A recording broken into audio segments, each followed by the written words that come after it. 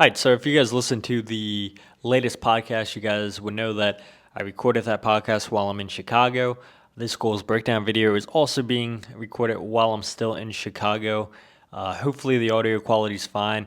Yeah, there's a little bit of an echo. Can't help it, but hopefully, like I said, the audio is fine. I thought it was fine for the podcast. So let's just get into breaking down these goals. This first goal comes from Haile-Selassie of the Chicago Fire. And so we can see the throw in by Kai Wagner here into Jesus Bueno. Bueno's going to go back to Wagner.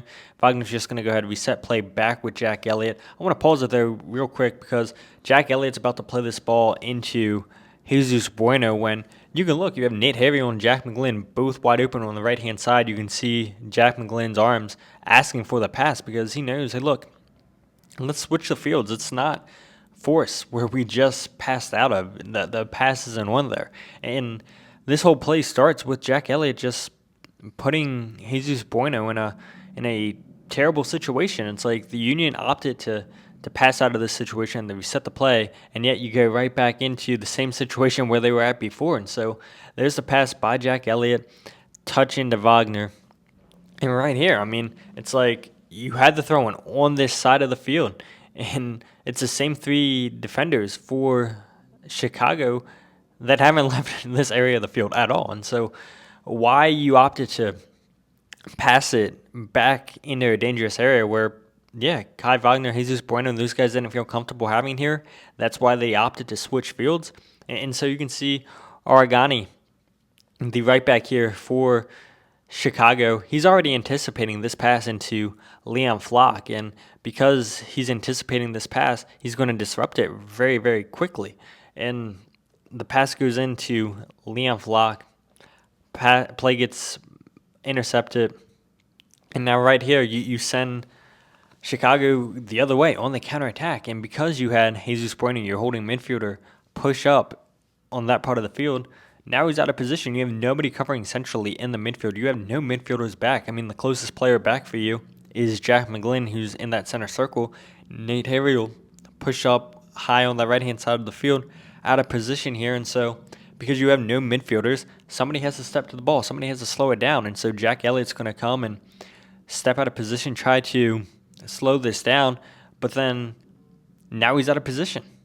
Same with Kai Wagner, caught out of position, flops at the ball. And now you have both of those guys coming back, and Haile-Selassie able to put this one in the back of the net. It's unfortunate there for Jack Elliott that it takes a deflection, but that whole play doesn't start if you don't put the ball back in a dangerous position.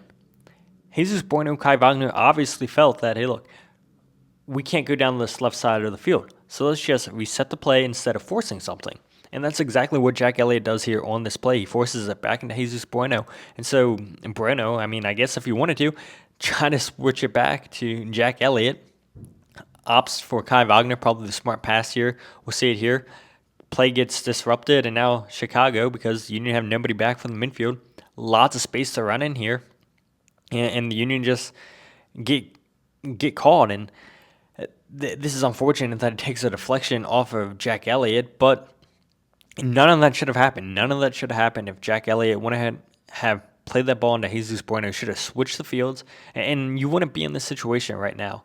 And it's unfortunate that the Union conceded the first goal in this game, because I thought, for 29, 30 minutes in the first half, the Union were actually the better team. Yes, they're holding on to the ball, but Chicago wasn't doing anything going on the counterattack, and Union unfortunate to concede. So the second goal in this game comes courtesy of Philadelphia Union's Chris Donovan, who's filling in for Ty Barrero, who missed the trip because of back spasms that he suffered against Montreal last weekend. Mika Ura still out with that adductor strain. And so next man up in Chris Donovan gets the goal, a much-needed goal for him with multiple strikers out. And so this is really good ball movement here by the Union, just good runs into space, good job just slowing down, not forcing anything here. And so this is something that I want to point out is you can notice, and maybe you guys were noticing in the first half, the Union were really having a go at the left back, Jonathan Dean, for Chicago Fire. Everything that the Union were doing was coming down the right-hand side and really, really, really just going at Dean, trying to make it uncomfortable for him. And so you can see just all those players on the right side of the field for Chicago. Yes, that's where the ball's at, but the Union were attacking that side so much that, there was moments in the first half that they were forgetting about the left-hand side of the field. So you can see both fullbacks for the Union push up high. You have Nate Harriel push up high. You have Kai Wagner push up high there. Nobody in the midfield's aware of Leon Flach. Leon Flach's deeper than both of your fullbacks. And so that means there's a lot of space, so you can see that Leon has to run into. Quinn Sullivan's going to run towards Daniel Gazdag, pull center back out of position here. And so the pass goes in. There's really good hold-up play by Quinn. And the Union just not forcing anything, still keeping this ball on the right-hand side. And Chicago not aware of Leon Flach. A lot of space. Good touch there by Leon.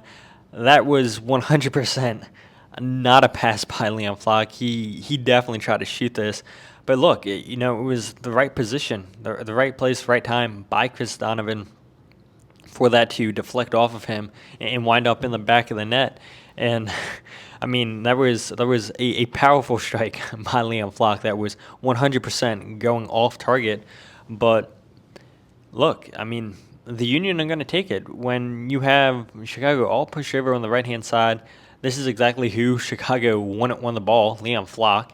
They did not expect him to pick up the assist. Again, really good hold-up play here by Quinn Sullivan. Chicago do a good job just forcing him to reset this play. And the player they're not aware of is Leon Flach. You can see his arms out. Really, really good touch here. And that's a strike. I mean, it's a powerful pass, but it's really a shot here. And Chris Donovan in the right place, right time, gets enough space between the center backs, and the ball just ricochets off of him and winds up in the back of the net. And it's a lovely finish there by Chris. All right, so this is the third goal in this match. This one comes courtesy of Daniel Gazdag, who is now the Union's all-time leading goal scorer in MLS. Yes, he was the all-time leading goal scorer in all competitions, but now he has passed Sebastian Letou, scoring his 51st goal in MLS play for the Union. So right here, Jacob Glesnes on the ball, going to go ahead and play a long ball up top to Nate Harriel. And like I just got done saying, we saw the Union attacking that right-hand side heavily. And the Union won a penalty. Nate Harriel, does he get taken out? And so the referee lets us go and be played on. We get the replay because the ball finally stops, and we see the replay. Chris Brady just fumbles this ball and is holding back Nate Harriel. And the question is he outside or inside the box? And so they're going to go ahead and obviously take a look at this on VAR, and that's just a horrible mistake there by Chris Brady. They say penalty, and so that means Daniel Gazdag is going to step up for the Union. Obviously, he'll convert this, but it's really, really bad goalkeeping by Chris Brady to drop this ball in a situation where he should never have dropped that ball, and then he pulls down Nate Harriel. It's a lucky moment, a lucky break for the Union to get this penalty. Gazdag sets up, sends Brady the wrong way, 2-1, and this was also just a very random clip. So it's literally the last kick of the half. Referee points the end of the half, and the camera angle just follows the players down the tunnel, and we never got another replay. And yeah, it was so weird that this is how we decided to end the half. The camera angle we show, not even showing the foul once again. We just show the players going down the tunnel. But huge mistake there by Brady. And Union get a huge break going into the half.